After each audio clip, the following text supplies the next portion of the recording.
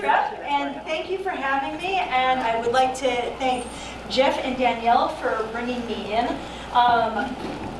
Gymnastics and sports in general has gotten more and more complicated and more scientific. And there are so many different niches to be learned about. It's not like when I was growing up and I had a coach that did it all. He was the technical coach, the philosopher coach, the psychology coach, the conditioning coach. He even knew a lot about the medical stuff. Well, nowadays it's so specialized in so many different areas that one person cannot learn it all. So it's really important to, on occasion, bring in a specialist, someone that knows a little area of it a little bit better, and to learn from that. So kudos to Jeff and Danielle for bringing me in. And also, thanks to you guys for taking time out of your busy schedules to devote a little bit of extra time to parenting and figuring out a little bit more that you might be able to do to help your children along this journey of life through the sport of gymnastics. So thank you on that end. A little bit about me. I've been a men's gymnastics coach for over 25 years. I started out coaching women's gymnastics when I was in college, and then soon thereafter switched over to the guys' side. I saw men's gymnastics for the first time when I was coaching at West Point, New York, and they had a men's team there. I said, hey, this is pretty cool stuff. So I switched over to the guys' side and really haven't looked back. However, I did stay connected to the women's side in a few other ways, which I'll get to. I'm an internationally rated judge. Fun fact, I'm the highest rated female judge for men's gymnastics in the USA. So I've gotten to judge overseas quite a bit since I live over there and have had a chance to judge Olympians and work with Olympians and actually select some of the gymnasts that have gone to the Olympics for other countries, Great Britain and Netherlands and Belgium. So I've got that hat that I wear also. Back in the day, I was a competitive gymnast in New York. I grew up in Monticello. Pedro Tweed, some of you guys might know him. He's still in the sport, coaching on the girls' side and on the guys' side.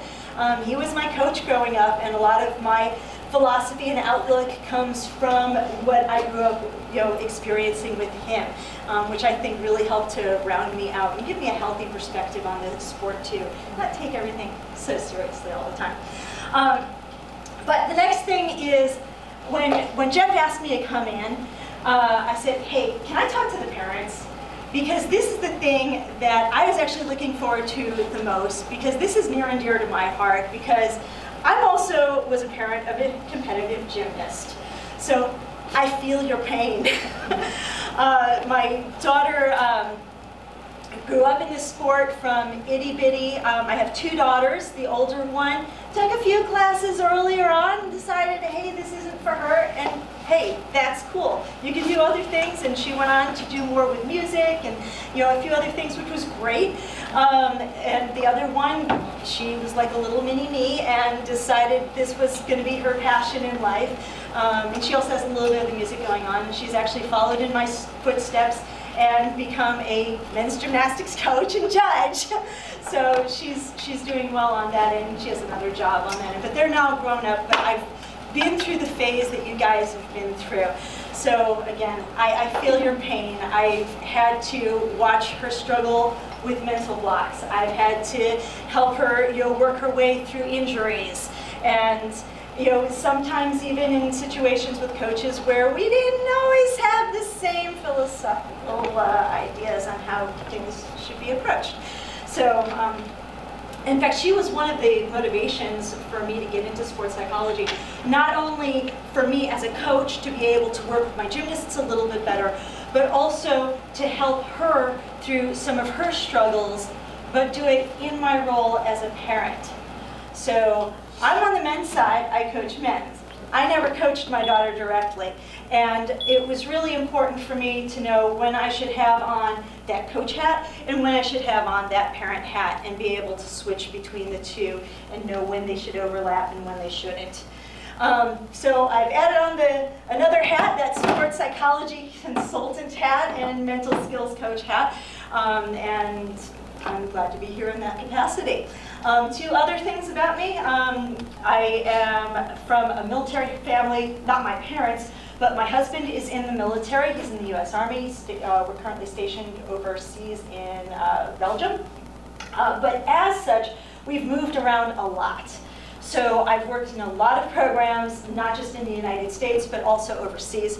So I've seen big programs with Olympic level gymnasts to just some of these huge sprawling US programs with coaches from Ukrainian and former Soviet backgrounds, and seen that sort of philosophy and mentality in action to beginning level programs from the rec end, and programs that are really similar to yours too, and little gyms where you're just trying to use every little corner of space to make it work.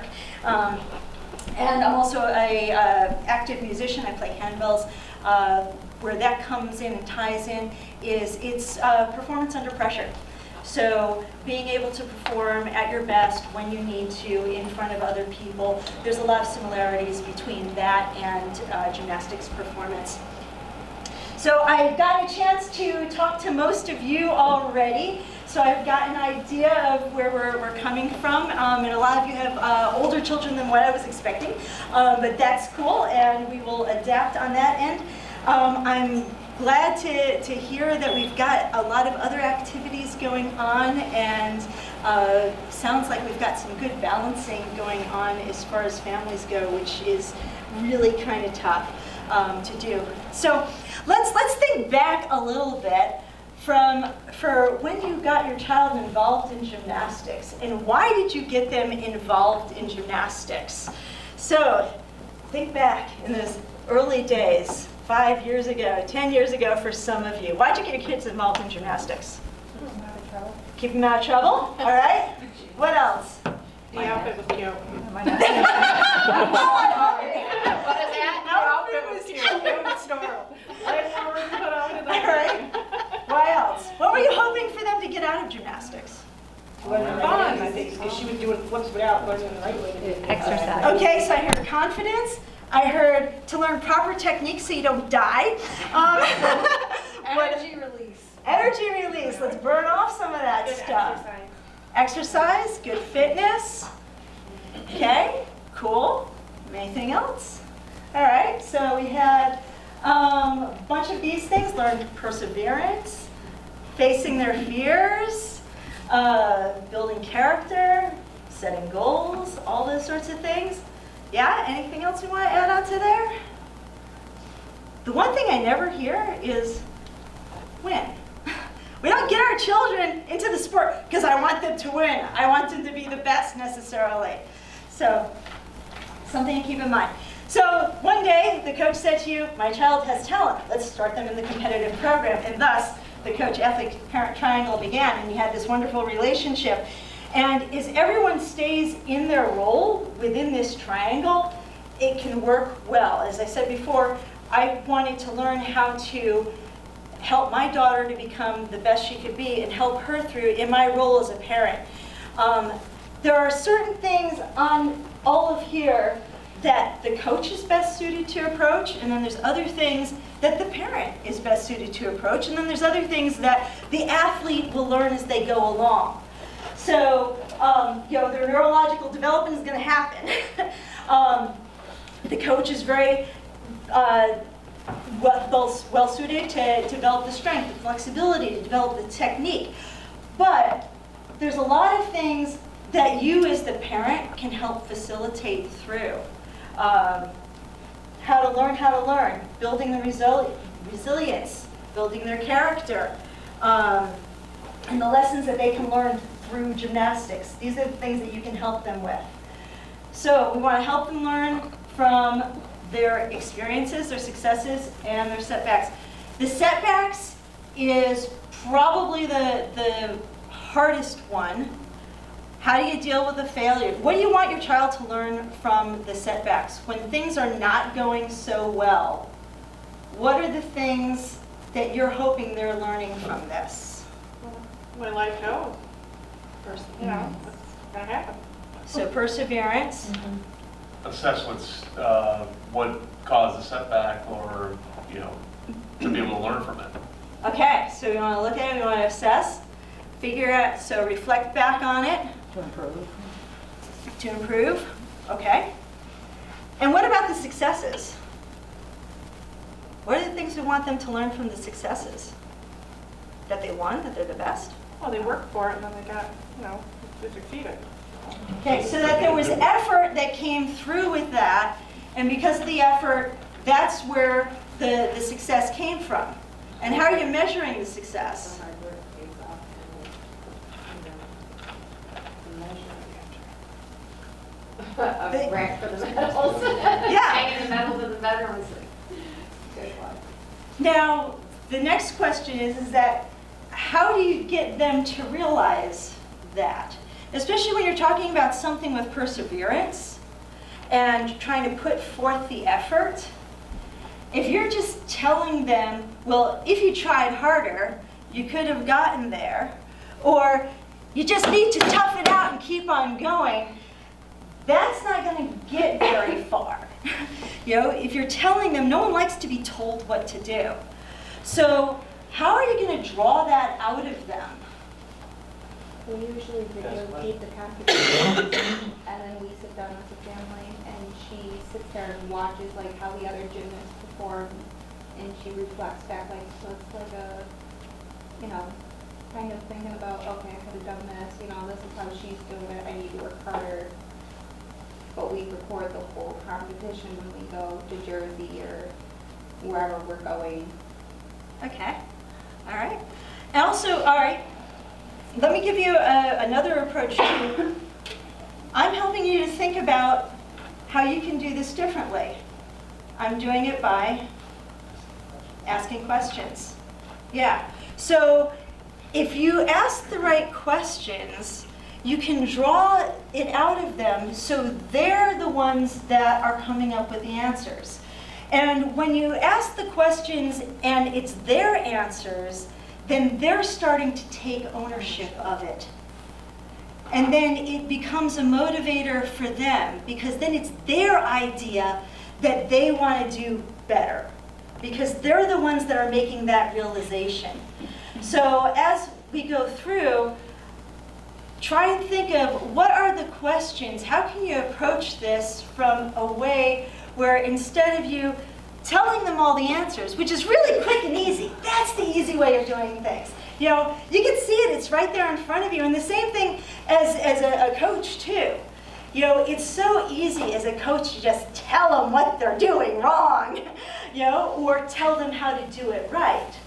But when we can get them to realize and think of it and come up with it on their own, you've got to guide it and draw it out, and it takes some thought, it takes some practice, and a whole lot of patience. Yes. So then again, gives them ownership, and then that is a huge, huge motivator. One of the structures of motivation is self-determination theory, and there's 3 components of it. In order for someone to feel motivated to do something, they want to feel competent, like they're able to do it. It has to be autonomous, so it has to come from them. And then the other part of that is camaraderie, feeling like they're part of a team, that they're doing it for someone other than just themselves sometimes. There's this higher purpose to it. So those of you, I've heard a lot of you and the coaches that are struggling with some motivation. So when one of those 3 isn't quite there, sometimes you can figure out, what's the part that's missing there? And how can we draw that out, and how can we feed that to help with their motivation on that end? So as a parent, one of the foundational things that will also help there is the environment that you create for them. And the more positive and encouraging that is, that helps with the confidence. Now, I'm not saying build them up with false statements of self-esteem. That's not what this is about.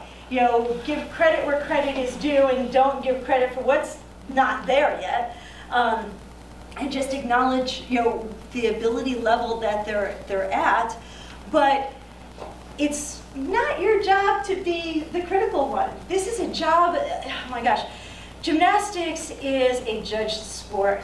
They're getting criticized all the time by judges.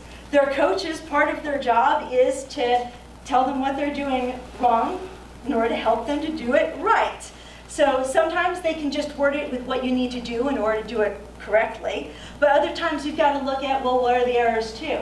And the gymnasts themselves, especially at the age, the teenage years that many of your gymnasts are at, they're so self-critical already. You know, they don't need that extra voice coming in on them of criticism. So the more positive and encouraging it can be, the better it's going to be for them. On that end, you know, because it is a judged sport, they get scores. Now, this is coming from a judge. Let me tell you, scores don't matter, all right? They fluctuate from one competition to another according to who is doing the judging. Every judge looks for different things, even from one competition to another, depending on what the caliber of gymnasts are at that competition. You might get judged harder or softer. At the beginning of the season, guess what? The judges are a little out of practice. You know, we don't catch all the errors. But by the time the state meet rolls around, then yeah, we're catching everything and we're going to be judging a little bit tighter. So even though your gymnast might be improving, it might not always show up in the numbers. So if you're just looking at the numbers, that can be really deceptive. So make sure that your gymnasts understand that too, and I think the coaches also do a decent job of relaying that. But if you could coordinate with that, again, that coach gymnast athlete or the coach parent athlete triangle, if you guys are all on the same page as far as understanding that scores aren't the only measure we should be using here. You know, for each competition that you go to, what's the goal for that competition? Is it, hey, I'm gonna try and stay on the beam this time and just not fall off? Or I'm going to remember my routine. Remember those days in level 4 at the beginning? I'm going to just get through my routine without my coach having to tell me what to do. So whatever the goal is for that competition, was that what was achieved? It doesn't have to be a number, all right? And the medals are even, in my opinion, they're even more meaningless. Because medals tell you nothing. All that medals tell you is who else showed up at the competition. It says nothing about how well you performed. Case in point, anyone watch World Championships this past week? Took place in Doha. Simone Biles won the all-around with 2 falls. Gold medal, 2 falls, all right? That gold medal says nothing about how well she performed. It tells you how well everyone else performed, or what their level is. Tells you a little bit about our natural ability, which is just like through the roof. But also another interesting story on that. 2008 Olympics in Beijing, the men's swimming relay team, it was like a hotshot team with Michael Phelps or Ryan Lochte and some other people. I'm not really a follower of swimming, I just know the story. So at the team finals for the relays, American team is just dream team and literally blows the world record just out of the water. I mean, they smashed the world record. Well, they were performing super, super well. And because of that, the other teams that were with them were pushing themselves a little bit harder to keep up. On that day, during that final, 5 of the 8 teams broke the world record. 5 teams went faster than anyone else in the world had done before that. But only 3 teams went home with medals. And only 1 team went home with a gold. You had 2 teams that had performed better than not only they had ever performed before, but they performed better than anyone in the world had ever performed before. And they went home with nothing. So let's put it in perspective. The medals don't really mean very much. You know, what matters is your performance relative to how you usually perform. and your performance, relative to your goals. So I like to think of each competition as kind of like a snapshot in a photo album, or maybe think of it as your camera roll on your iPhone now, since that's how we like record pictures. So when you take a newborn baby, newborn baby first comes out, you take those first moment born snapshots.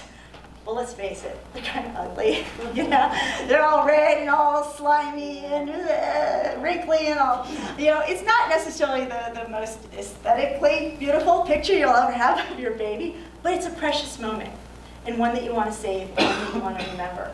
And then the nurse goes back, cleans it all up. After about 2 weeks, the head starts to round out and shape, and you get that nice little Gerber baby, thing. You take some more snapshots, and oh, it looks all beautiful and perfect. And then, they grow up a little bit, and they're toddlers, and they're, who doesn't have that picture of the spaghetti all over the face and the chocolate cake, and and the child is a mess, but they're learning how to eat, and they've got to go through that messy stage to learn how to eat. And you've got the videos, I'm sure, of them learning how to walk. And they tumble and they fall. And we laugh and it's cute because they're toddlers and they're learning how to walk and they're going to fall. Well, fast forward, your gymnasts are learning how to tumble and do some really pretty advanced skills. The falls are still going to happen. But yet, we're not as patient with the falls that happen along the way as they're older. But those steps still need to happen. Those falls still need to happen. So at one competition, it's just a snapshot. This is where they are at this phase along the journey to the goal at the end of the season, or the goal to move up a level. But they're going to have these moments of imperfection and moments of struggle, and take that snapshot and treasure that snapshot for what it is. That messy face along the way that we'll look back on and, oh my gosh, I remember, oh my goodness, flashbacks. You mentioned Johnson City. I told you, the first place I earned my other memory of Johnson City, I honestly haven't thought about this in years, is I fell on bars 4 times. I had just been overcoming a sickness. I was weak and I just, oh my goodness, I couldn't, it was horrible. Yeah, but I mean, it's a memory, and it has its place in life. So realize that each step along the way. So when you've got that competition that doesn't go so well, look back on it and figure out where it is in the scheme of things. Going into each competition with your expectations, you can help set that tone that is either going to raise the pressure or alleviate the pressure. Is this the big state meet? Well, no, this is a step along the way meet. This is one where we're just trying to add in a new skill. It might not go perfectly. That's okay, we realize that, and we don't expect perfection. And the coaches will help your gymnasts set those goals. That's not necessarily your lane to be in there with the goal setting. Talking about it with your gymnasts, so you're aware of it, that's fine. But as far as setting it goes, let that be the lane of the coach and the gymnast. The goals have got to be the gymnast's goals. The gymnast can't take the parents' goals and then try and fulfill the parents' goals, or even the coach's goals. The coach might have some goals for the team in general, but the gymnast has to take ownership of them. If the gymnast doesn't take ownership of them, you're going to lose the motivation on it. All right. There we go. So, pressure. All right, the other thing, and this is especially at your age, or the age of many of your daughters in the sports, they want to do other things. This was a sport that they fell in love with back in the day, and do they still love it? If you start getting very critical and outcome-based, as far as looking at the results, that stuff starts to tear away the love and the passion for the sport. So being able to help them keep that love and passion and enthusiasm, reminding them about the fun, that's that's what this is all about, you know, is doing it for fun. You know, what are the fun things that they want to do? That will help to just set that tone for the motivation, which I've been hearing a whole lot of from you guys and also from the coaches. Just, you know, they have the easy things in life, and this is starting to become difficult, and what can we do? You know, sometimes it's a matter of, you know, they're at that point where that's maybe what they want to do is just have fun. And if you're turning the fun into work, well, that's pulling the fun right out of it. Does that make sense? Do you understand what I'm getting to there? Another important thing right at this age in particular, especially when you've got the families, is keeping the balance between what they do and, you know, not just in the gym, but outside of the gym. Having multiple interests. You know, this is not a for-life sport for most people, although the ages are getting older, and there are people that do adult gymnastics still, and that's awesome. But as far as, you know, at the highest level, you know, most people do outgrow this sport at some point. So what are they going to do, you know, after this sport? Start developing those interests if you haven't already. It sounds like some of you have, and some of you have other family members that you're balancing things with, and kudos to you on that.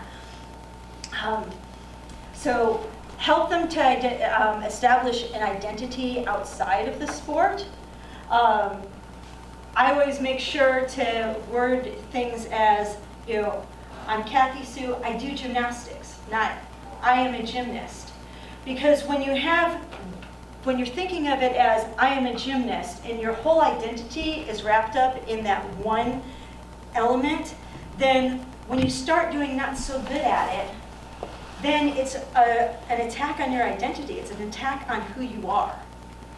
So those of you that have daughters, you know, that I've heard some, you know, talkings about, like it's become such a struggle, and then they don't want to do anything. It's that paralysis that happens because they don't want to fail at this thing that they were so good at. So it's just easier not to do it. So some of the mental blocks that we're getting into, that's one of the reasons behind it, especially with the perfectionism that comes into it. Yeah, so I will get back to that in a little bit more. I just stick a pin in the perfectionism a bit. Developing perseverance, we touched on this earlier. A lot of that, it's got to be gymnast motivated. Ask the questions that are going to be able to get them to want to continue on, and them to persevere, and them to work harder. You know, what are the things that are going to help them to be able to have that motivation? One of the things as having the different roles and the hats that I've worn as both a coach and the parents that I've been able to do was help my daughter understand the perspective of others, especially that of the coach, because I've had that hat on. So when my daughter would come home and complain, oh, the coach doesn't understand, he's ignoring me, he's not giving me time, you know, I'd say, okay, well, let's look at it from their perspective a little bit. Let's do a math problem here, okay? We've got 45 minutes on an apparatus. There are 8 gymnasts in the group, all right? Well, and we got a few minutes to get to the apparatus and to get set up, so really only about 40 minutes of actual time. So if we've got 40 minutes and there's 8 gymnasts, what's the math? How much time can a coach give one-on-one to you as an individual? 5 minutes, all right? Did you get your 5 minutes? And if you need a little bit more than that, well then it's taking away from someone else. And sometimes the coach will do that, but sometimes there's another gymnast that really needs that extra 5 minute or extra few minutes of hands-on time. So to help her understand where other people are coming from. Likewise with the mental blocks and the fears. Your coach is not a mind reader. You know, and helping my daughter to understand that You know, how is he going to know what you're thinking if you don't tell him you're afraid of it? You know, reading body language is only going to get you so far. And he doesn't know what it is about the skill that you're afraid of. You know, why did this come up? You know, you were doing it just fine a few years ago, you know, and now all of a sudden you're afraid to do it. It doesn't make sense. It seems irrational. Well, those irrational mental blocks are often very rational. When you look at the time period, the age when most of these set in, it happens when gymnasts are, or girls in particular, are between the ages of 10 and 15 or so. Well, what's neurologically happening right then? Their prefrontal cortex is beginning to develop. The prefrontal cortex is the part of your brain in the front that is in charge of rational thought. And your gymnast is realizing, whoa, whoa, whoa, this is actually dangerous stuff. I could get hurt. Before, they never cared about that. Well, and that prefrontal cortex is starting to talk to the amygdala. The amygdala is the part of the brain that controls fear. So you've got rational thought talking to fear. And they're saying, wait a minute, cue the limbic system, which is the reptilian part of your brain that does fight and flight, you know? And it says, and freeze. Voila. You've got a mental block happening for no apparent reason. There was no crash. There was nothing, they didn't see anyone else get injured. But now just all of a sudden, they're afraid to do something that they've been doing for years and years and years. And it's all because of what's going on up here. Their brain is different. They're thinking about it differently. Well, what else is going on physically at this same time? They're hitting the growth spurt. All right? And whether it started to manifest itself height-wise, there's things going on inside in that little female body. And their bodies are changing. Center of gravity is changing. And I equate it to trying to do gymnastics in stilettos. All right? It's like a totally different body with a totally different brain. So it makes sense that you need to step backwards. So from your perspective as parents, you can't force and pressure someone into doing something that they're afraid to do. It's got to be them wanting to do it on their timeline and getting back the comfort for it. So I'll be talking to the coaches, and from the conversations I've already had with them, they seem like they're very comfortable with taking a few steps backwards. As many steps backwards as it takes to relearn the skill. Because especially if you had a gymnast that learned things really quickly, they were just able to see it and pick it up, see it and pick it up. They didn't learn the steps. They didn't go through the steps, and they don't understand the skill. They don't understand the mechanics of it. And they've got to go back now with this brain that has the rational thought and can do higher level thinking and understand the physics of it. Myself personally, I had a mental block on vault for a year. Gosh, yeah, it went on for over a year. I barely ever vaulted because I was afraid because I didn't understand it.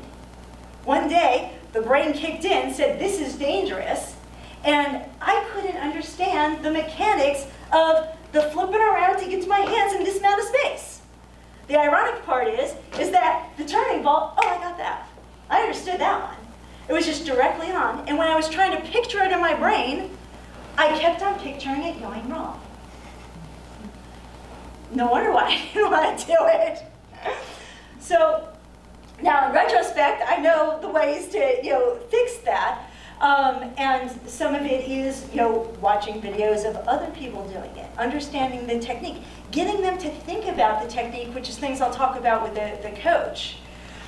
One of my, and let's see, how am I doing time-wise? I'm doing okay. This is good. All right, good. One of the gymnasts that I coached back in Texas, he was a gymnast that really pushed me as a coach. He was at the brink of my coaching abilities. And as I was coaching him, we kind of had to feel this out together and learn technique together. And as a result, he learned how to analyze what he was doing. A lot of the coaching that I was doing with him was in the form of questions. So how did that feel to you? You know, well, we would try and experiment a little bit. And how did that work for you? And he would be analyzing this as much as I would. And as a result, he was understanding the mechanics of the skill and how to do it. So now he's gone on, he's become a coach, and it's really kind of funny because the coach he's working with is one that takes on the same philosophy as far as, you know, having the gymnasts analyze what they're doing and figuring out how to do it on their own as opposed to telling them what to do. And my former gymnast, Michael, and actually he's still competing, he's there like, you know, because he's gone through all this analysis, he's gone through all this technical knowledge, you know, that he knows exactly what the gymnast needs. It's like, if I could just 5 minutes, I could tell him 3 things, I could get him doing the skill. And the other coach is like, no, gymnasts got to figure it out on their own. They've got to do that analysis so they can understand the skill. So for you guys, you know, if you've had that gymnast that picked up on everything oh so quickly and didn't quite understand it as they were learning the skill, to take those steps back and be patient with them, be patient with the coaches as they take those steps back. Let the gymnast help determine what are the steps that's going to help the gymnast to become comfortable with doing the skill again. And it'll just take time. You know, you can't rush it. And in the meantime, you figure out other skills to substitute with. You know, this is, you know, a lot of you guys are in the Excel program. It's really flexible with what the skills that are allowed on it, and my understanding of it is. You know, so if you need to substitute something out, it's okay. You know, we're doing this for the love of the sport, right? For the fun. So if we're getting all wound up about some skill that we're afraid of, then you're taken away from the love and the fun and the passion. And again, it's a detractor from that motivation. You know? The other thing, yeah, as I said, you know, helping my daughter to find her voice. So when she has those problems, those complications, she really was afraid to talk to adults. She had this thing where she was afraid to talk to adults. And this is, you know, gymnastics is a way of experiencing life. It's learning those life lessons that we're talking about right at the beginning. So helping her to find her voice and facilitate those conversations with her sometimes intimidating coach, depending on what gym we were at that time. And being able to speak up for herself. You know, she'd ask me, because I'm in the gym coaching on the boys' side, oh, but can't you talk to Mark for me? I'm like, no, you go up and tell him, you know, you can do this. Here, practice with me. You know, how do you want to say this? How do you want to word this? You know, they give them that comfortable place to practice. You guys are the comfort zone place. It should be the safe spot to talk. Yeah. So, and on that end, the other thing you as a parent are so uniquely able to help your children with, and this is like the life stuff that you learn from sports, is how to develop emotional agility. We get involved in sports because we get to experience this microcosm of life. You know, we've got the ups, we've got the downs, we've got the successes, we've got the failures. But we also have those other things in between, the joys of the camaraderie, the struggle to overcome injuries. It's just, there's so much of life that you get to encapsulate and see through sport. So, one of when athletes are surveyed when they leave youth sports, one of the things that comes up all the time as the most common answer for why athletes, young athletes, leave sports is, anyone know why they leave sports? The number one cited answer? It's not funny or interference. Push. Okay. They Right. dread the car ride home. That post-game analysis that happens in the car ride home.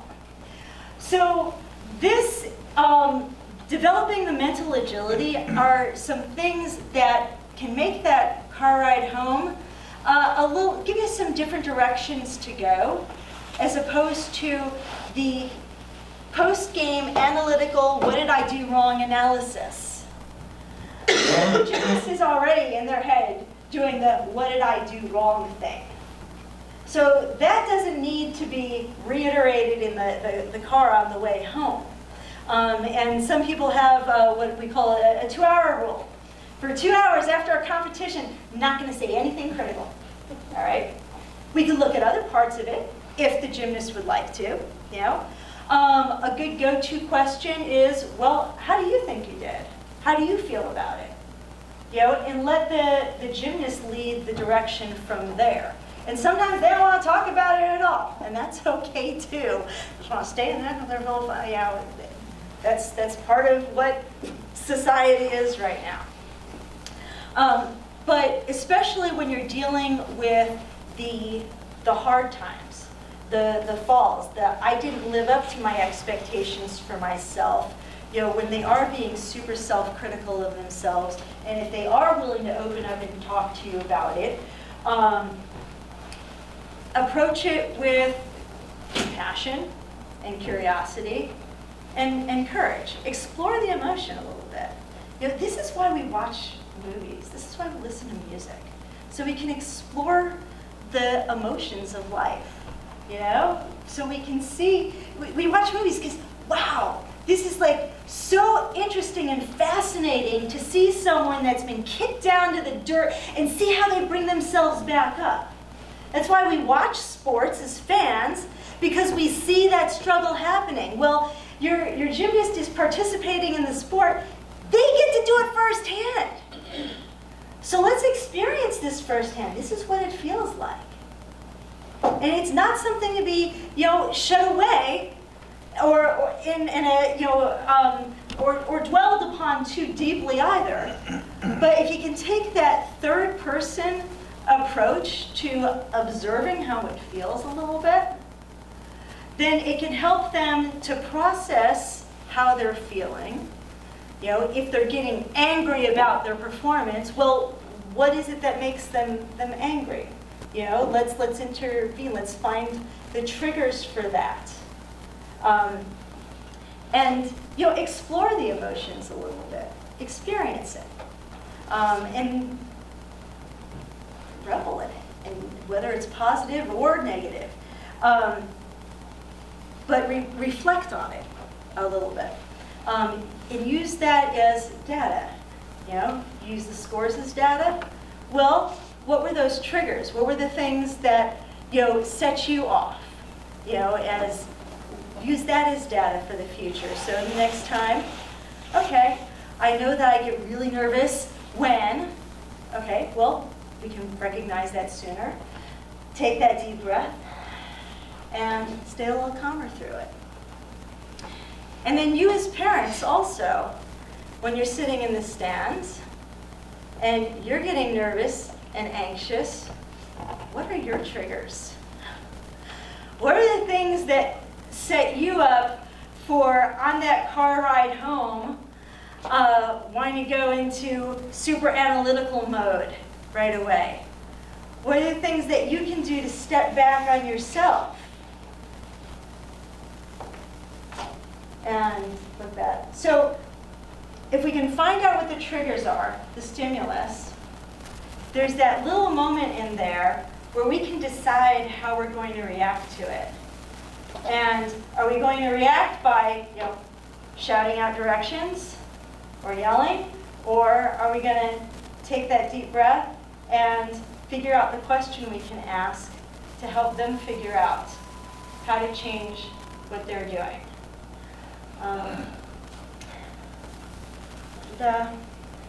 Yeah, so it's a matter of being responsive as opposed to reactive. And when you're reactive, there's no space right away.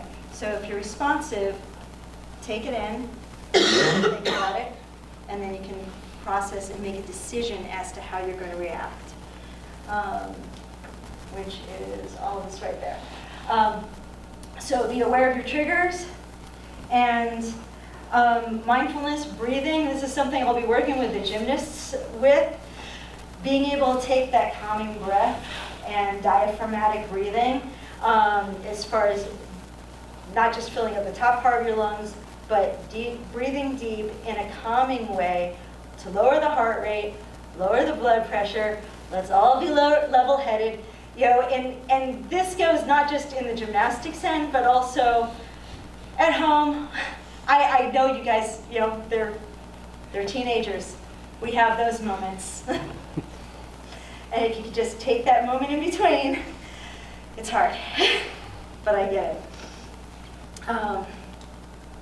Yeah, remember, you're the adults. Okay, it's amazing when we step up or step back how often our kids will step up. So when you stop pushing, and it's a little bit more of a pull, they're more apt to step up and take ownership. I kind of think of it, anyone here watch Survivor? Oh, yeah. Yeah, love Survivor, okay? I love the challenges where they've got to, like, you know, sling out a grappling hook or a ring or something around something, and then they've got to, like, gently pull it across the sand to get it to them.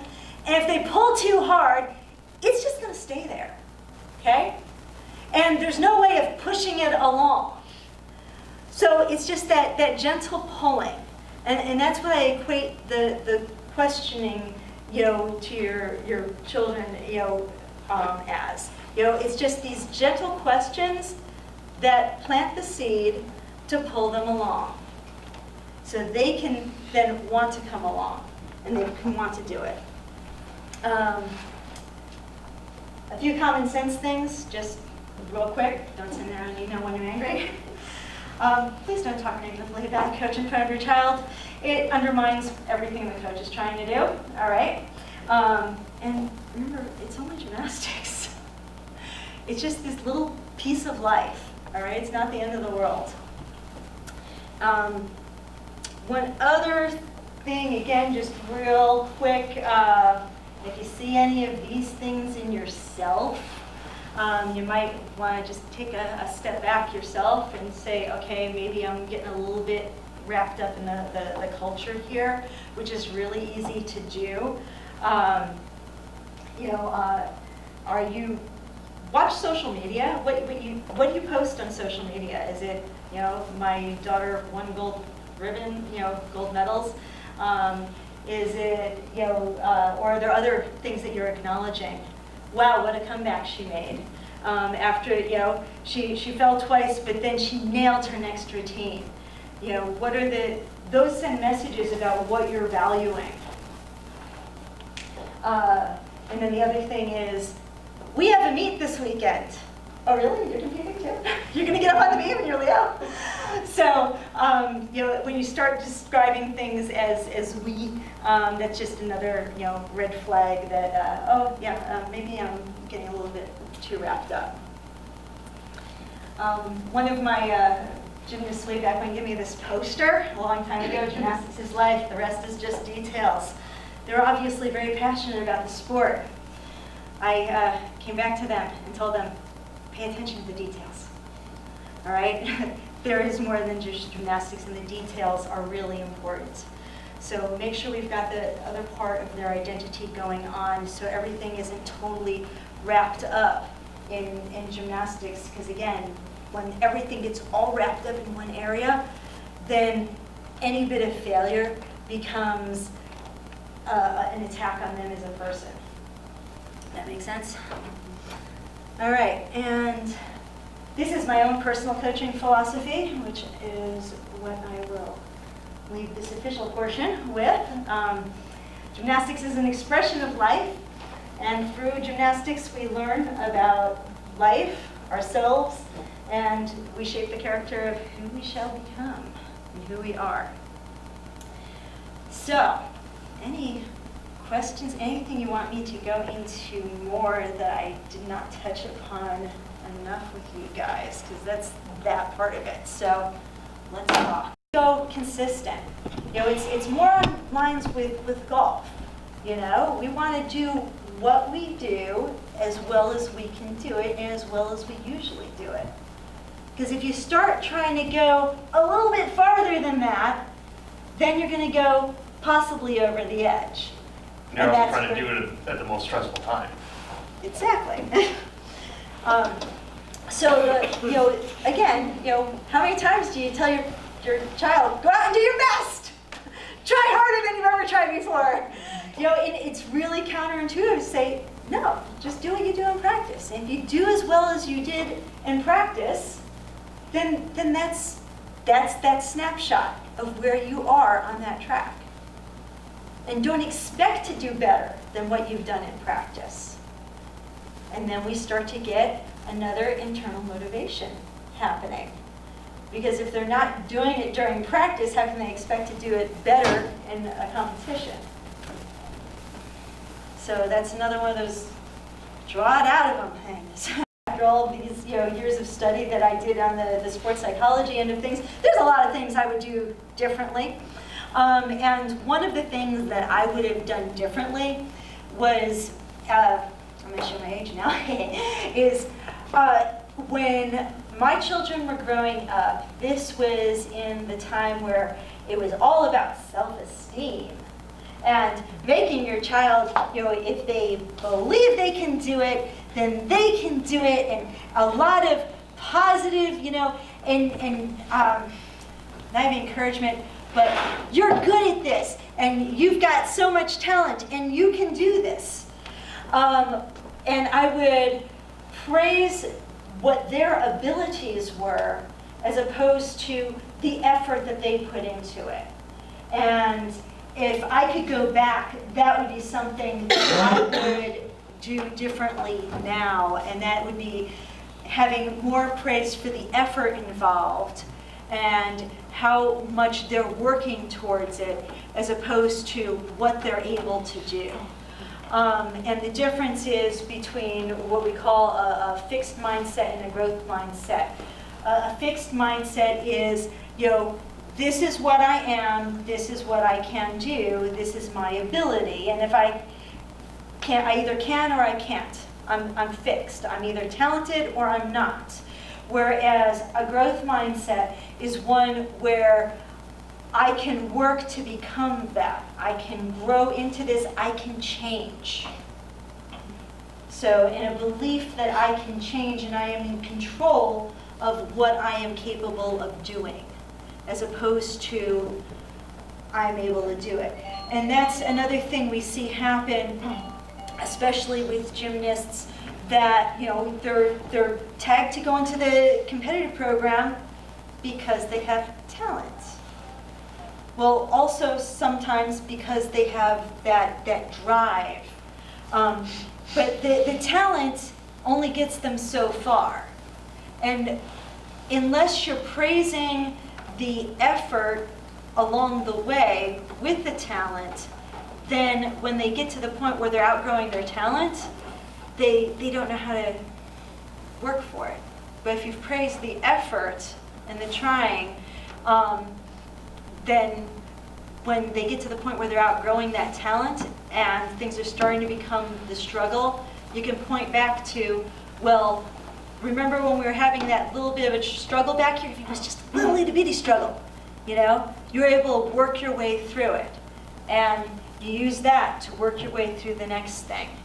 And that transfers over to real life, too.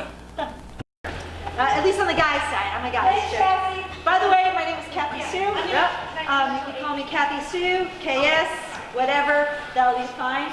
I am a sports psychology consultant. I don't know how much they told you about me and my background. So let me just go real quick. I was a men's gymnastics coach for 25 years, still am. And I'm also an international judge, so I've judged some of you guys. I've also judged Olympians and that sort of fun stuff. But now I do more on the mental side of gymnastics. So I help with the mental side. And you know, when you hear sports psychology, some people think, oh, that's for people that have problems. They need to go see a shrink. Well, sports psychology is a little bit different. You know, yeah, we help people with when they're having struggles, when they've got fears, when they got mental blocks, when they're trying to overcome injuries and things like that. But a lot of sports psychology is also high performance. Being able to perform at your best when you need to perform at your best. Kind of like what you guys need to do when you compete, right? And it happens at like really high levels. So the people that use sports psychology aren't just the people that are struggling with problems, but the people that want to be the absolute best that they can be when they need to be it. So musicians use sports psychology because they've got to perform in front of a lot of people and perform very well. Military folks use sports psychology because they need to be square on and focused in the middle of some really pressureful situations. You know, when you're in the middle of a battle, that's a lot of stress. And you want to be able to focus, right? So these are all skills that can be taught and can be worked on and learned. Just like gymnastic skills. Just like how you learn how to do, you know, cartwheels and back handsprings and back tucks and all. Well, you can also learn how to focus a little bit better. You can also learn how to get over some of your fears. So that's what sports psychology is about. It's not just, you know, helping people that are having problems, but also taking people to that next level. And some people have better natural abilities in gymnastics, right? You have some people that are just naturally flexible. They're like little rubber bands, right? And they don't have to work very hard at flexibility because it comes naturally to them. But then you have other people that are naturally strong, you know, and well, they're still going to work on their strength so they become even stronger. But that other person might need to work twice as hard to get as strong as they are. Well, it's the same thing with mental skills. There's some people that just have a natural calm disposition. There's some people that'll naturally focus a little bit more than others.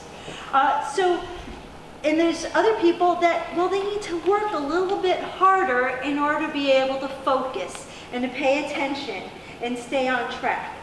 So those are some of the things that we can kind of work on today and tomorrow. Some of those things that can help you to focus, to stay on track and be able to perform your best when you need to. But one of the important things of it is that it's got to be practiced. Just like your skills, if you want to do that back handspring on beam, you got to practice doing it. Well, it's the same thing with the mental skills. If you don't practice them, then they're not just going to magically appear at a competition. When I was coaching in England, we had one of the gymnasts there who was a world-class gymnast. In fact, he was a silver medalist at the World Championships. First guy to be silver medal behind Kohei Uchimura. That's how good he was. But he was inconsistent in his performance. Sometimes he would perform really great, like he did when he got his silver medal. Other times, he would just let everything get to him, let the pressure get to him, let all the other things get to him, and he wouldn't perform at his best. So what did they do? They said, let's see how to speak to a sports psychologist. And the sports psychologist took him in his office and tried to help him through things. And when I spoke to his coach says, none of that ain't good. He still gets all nervous. He told him to breathe. And, it didn't make him calm like the breath was supposed to. He was still nervous. He got him more nervous because that wasn't what he did during practice all the time. So I took a look and I said, well, we've got a few things going on here. First of all, he was learning in the office, not in the gym, which is why I'm here in the gym with you guys, so we can incorporate some of this stuff into your actual training, so we can take a little idea and then we try it out and we test it out and we experiment with it a little bit because everyone's a little bit different.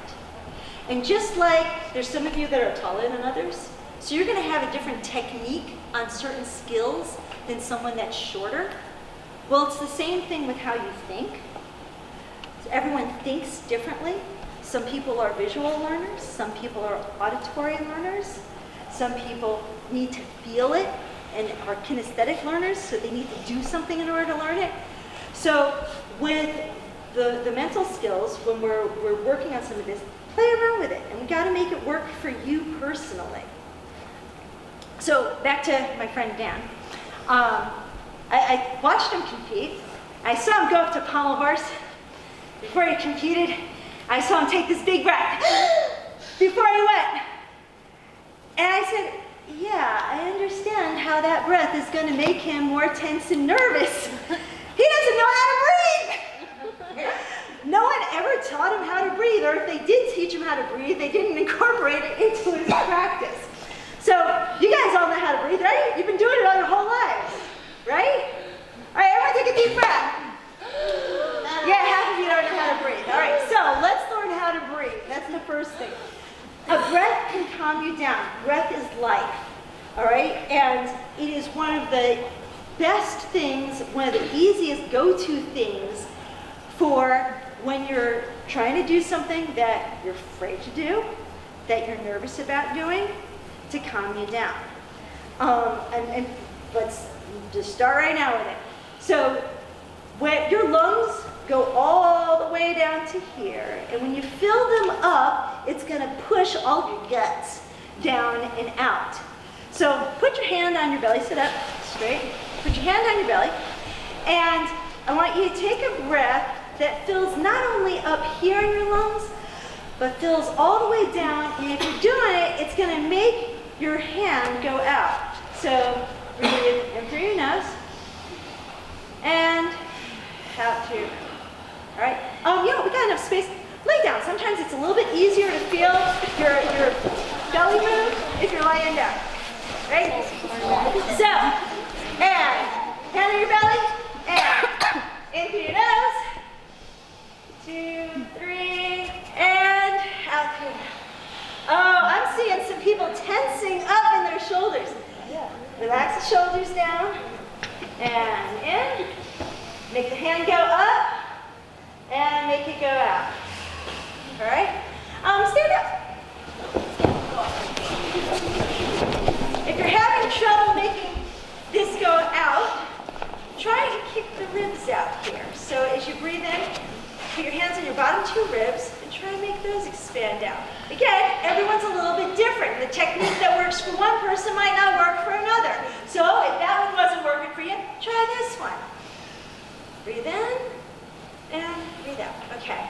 Now I'm seeing a few of you that as you're breathing in, you're okay. Just breathe normally. Relax.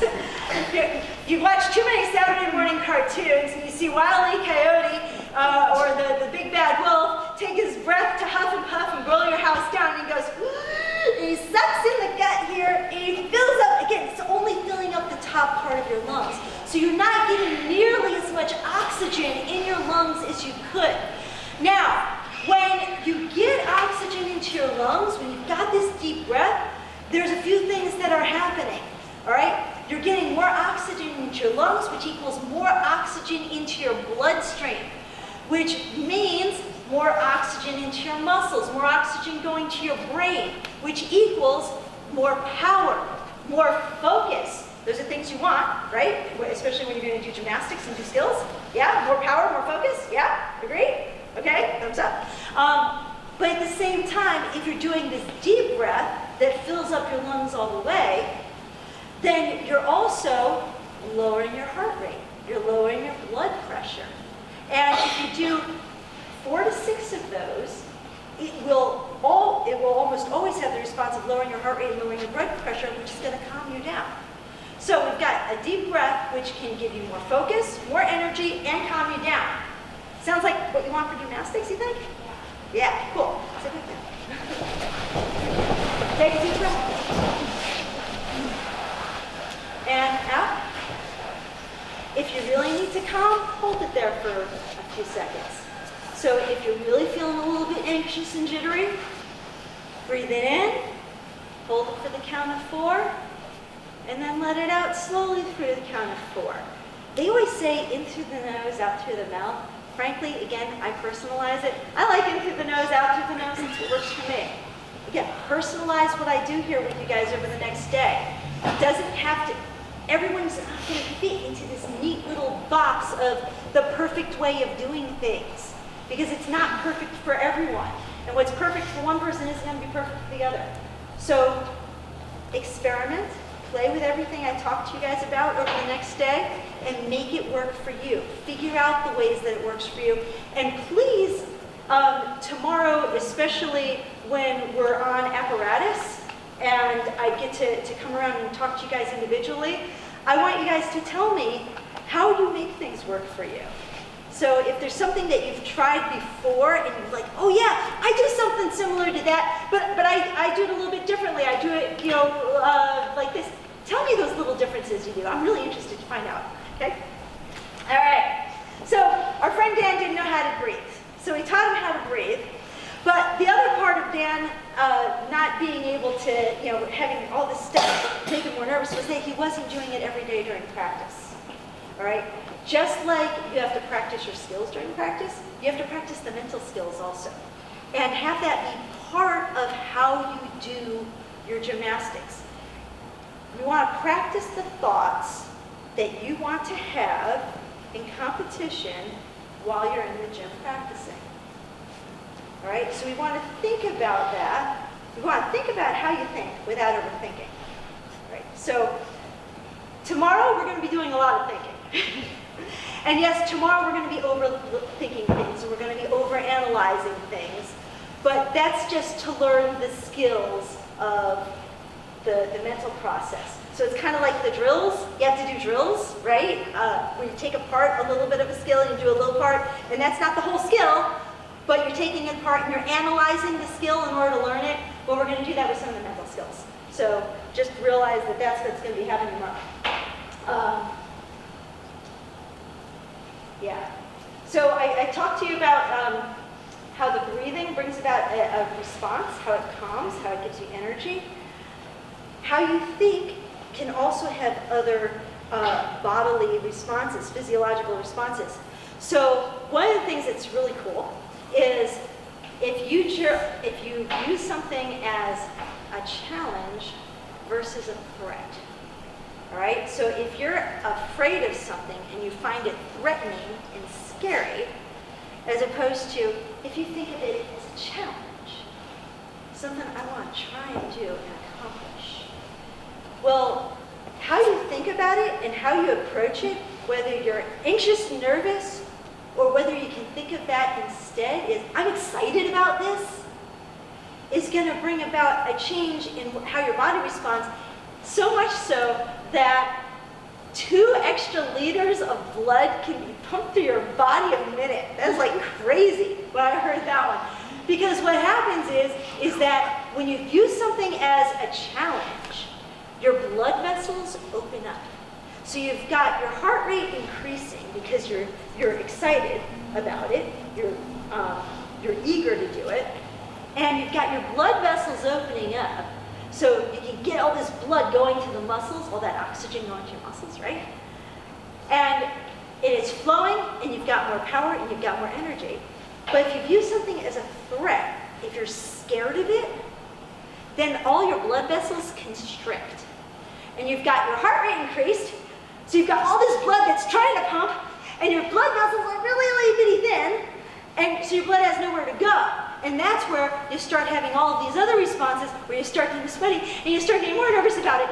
So how you think about things, if you can kind of change your mind there and instead, I'm a little bit nervous, but it's exciting. It's exciting nervous, okay? What else do I want to go with you guys right now instead of saving it for tomorrow?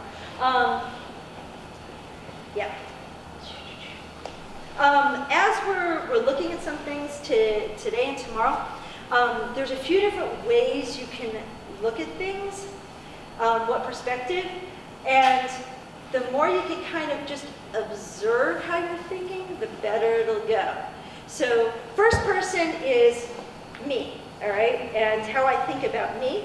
Third person is that outside perspective, like you're looking at a camera, and you're just observing it. So if we can kind of take that third person perspective and say, I'm starting to feel a little bit nervous and scared about this. What do I need to do? I need to breathe, I need to calm down, I need to, how are we gonna do that? Take that deep breath, all right? And we'll talk a little bit more about perspective tomorrow on that end.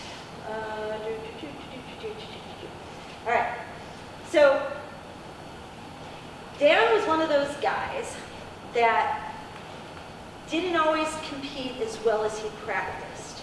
So there's like 3 types of competitors I've noticed. There's the type that compete better than what they do in the gym.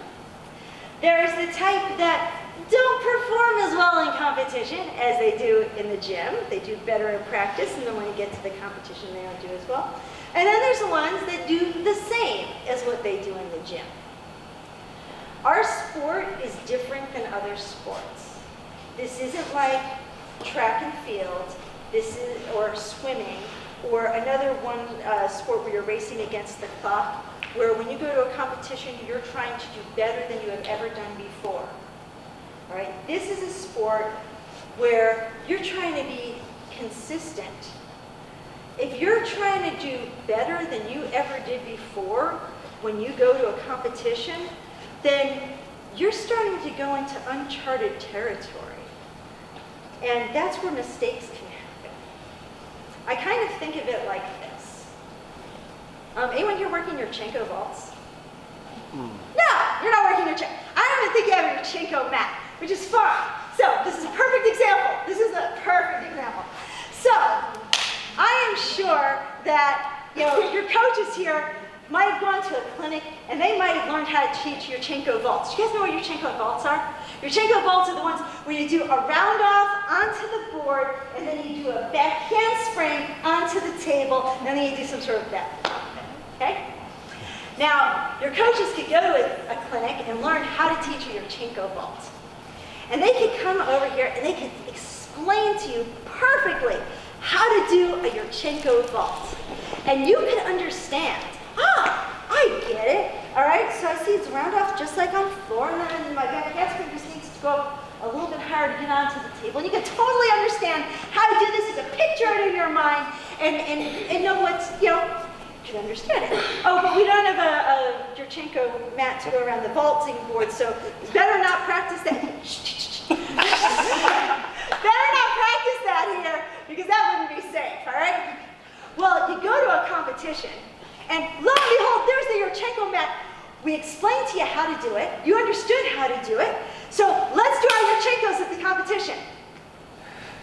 That would be absolutely insane, wouldn't it? Yes. Well, that's what it's like if today and tomorrow I talk to you about how to focus during competition, how to think during competition, and then you don't practice it in the gym and do it alongside with all of your skills. And you get to a competition and you say, oh my gosh, I'm starting to feel a little bit nervous now. Wait a minute, that crazy psycho lady told me how to calm myself down. She said something about breathing deep. Yeah, okay, but you hadn't practiced it. So it doesn't feel comfortable, and then you're like Dan, and it makes you more nervous and more anxious because you haven't practiced it. So you would never change your technique on a gymnastics skill between how you did it in practice and how you do it at a competition. So why would you change your technique for a mental skill? You need to practice the mental skills the same way you would, is the way you want to think in competition. You practice the thoughts you want to have. So if you're one of those gymnasts that tends to do better in practice than what you do in competition, many times that's because you get to competition and then all of a sudden the nerves kick in and your brain, we call it the monkey mind, it goes every direction. You're thinking about, oh my gosh, my parents in the stand, and what are we going to have for dinner afterwards? I really want that ice cream. My mom told me that if I hit my beam series, then I've got ice cream. Oh no, I better do my beam series. So, and your brain's going all over the place, and you didn't practice the thoughts you want to have when you compete. So you didn't train your mind. So make sure after I leave, after tomorrow, we take these things and we practice them in the gym as you're doing your skills. So the mental part of how to do that back handspring on beam becomes part of the back handspring. And then, hopefully, when you get to a competition, your brain knows the things, the key things you need to focus on in order to be able to do that skill successfully. On the same end, fun little story. When I was in England, I was in a gym with Lewis Smith. And Lewis Smith is a super fantastic pommel horse guy.